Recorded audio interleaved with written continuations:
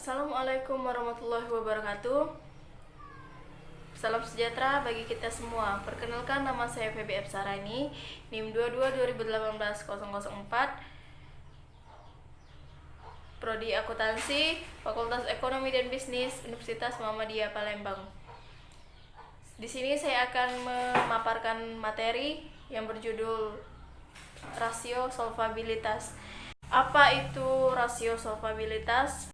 Rasio solvabilitas adalah perbandingan antara besarnya aset atau aktiva yang dimiliki suatu perusahaan dengan utang-utang yang ditanggung. Rasio ini digunakan untuk mengetahui sejauh mana perusahaan mampu melunasi utangnya jika perusahaan tersebut dibubarkan atau dilikuidasi. Adapun beberapa jenis rasio solvabilitas: 1. Rasio utang terhadap ekuitas. 2. Rasio utang terhadap aset. 3. Rasio hutang terhadap ekuitas jangka panjang. 4. Rasio cakupan biaya tetap. Yang pertama ada rasio hutang terhadap ekuitas. Rasio ini diperhitungkan untuk membandingkan total liabilitas dengan ekuitas, juga untuk mengetahui besar bagian modal yang menjadi jaminan utang lancar. Rumus dari rasio ini adalah total utang atau kewajiban modal dikali 100%. Sebagai contoh, sebuah perusahaan A memiliki jumlah liabilitas sejumlah 200 juta rupiah dan jumlah modal sebesar 150 juta rupiah. Berapa rasio hutang terhadap ekuitas? Dapat kita hitung dengan menggunakan rumus yang sudah dijelaskan tadi, yaitu sama dengan total hutang sebesar 200 juta rupiah dibagi total modal sebesar 150 juta rupiah dikali 100%. Yang kedua ada rasio hutang terhadap aset. Rasio ini diperhitungkan untuk mengukur seberapa banyak aset perusahaan yang dibiayai oleh hutang atau mengukur besar dana yang berasal dari hutang. Rumusnya adalah total liabilitas atau kewajiban dibagi dengan total aset. Contoh, total aset pada PT ABC sebesar 5 miliar dan liabilitas atau kewajibannya sebesar 3,5 miliar. Berapa besar rasio hutang terhadap aset? Dapat diperhitungkan dengan rumus yang sudah dijelaskan tadi, sama dengan total liabilitas sebesar 3,5 miliar dibagi dengan total aset sebesar 5 miliar. Hasilnya sama dengan 0,7 atau 7%. Yang ketiga ada rasio cakupan bunga. Rasio ini diperhitungkan untuk mengetahui kemampuan perusahaan untuk membayar biaya-biaya bunga dari laba sebelum pajak. Rumusnya adalah laba sebelum pajak dibagi dengan beban bunga. Sebagai contoh, laba sebelum pajak dan bunga sebesar 300 juta rupiah, sedangkan biaya bunga sebesar 20 juta rupiah. Bisa dihitung rasio cakupan bunga dengan rumus yang tadi, yaitu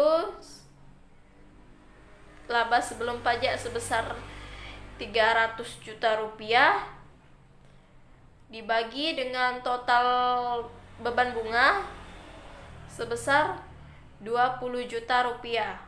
Ada rasio hutang terhadap ekuitas jangka panjang.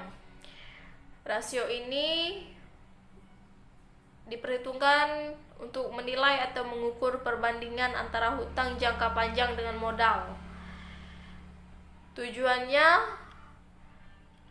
adalah untuk mengukur seberapa banyak bagian dari setiap modal yang dijadikan sebagai pinjaman hutang jangka panjang.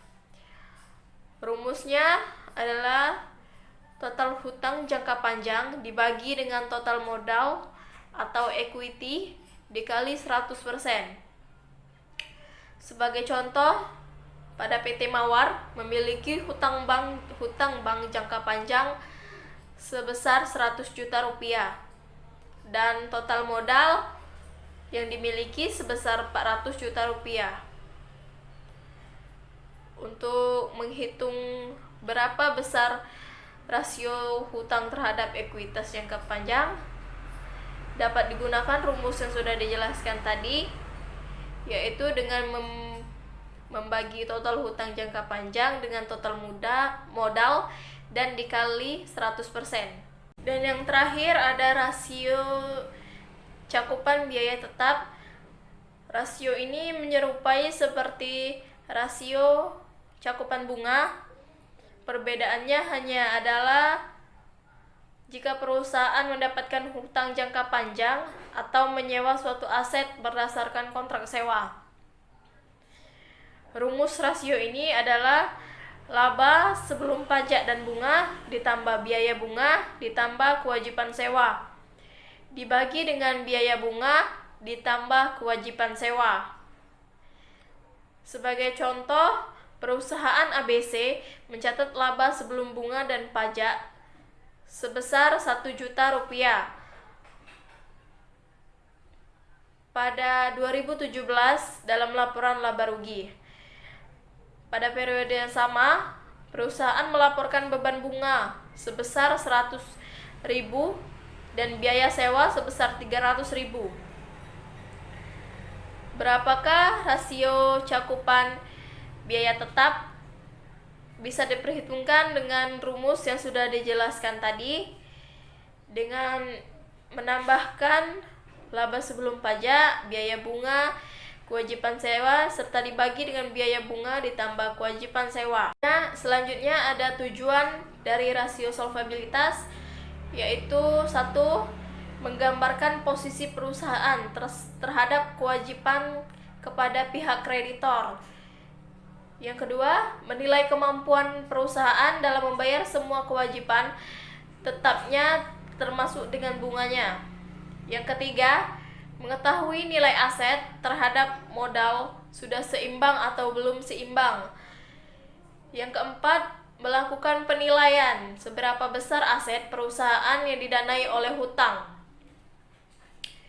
Yang kelima, dari masing-masing modal sendiri yang dijadikan sebagai jaminan hutang jangka panjang. Dan yang terakhir, melakukan penilaian seberapa besar dana pinjaman yang akan ditagih atau jatuh tempo terhadap modal perusahaan.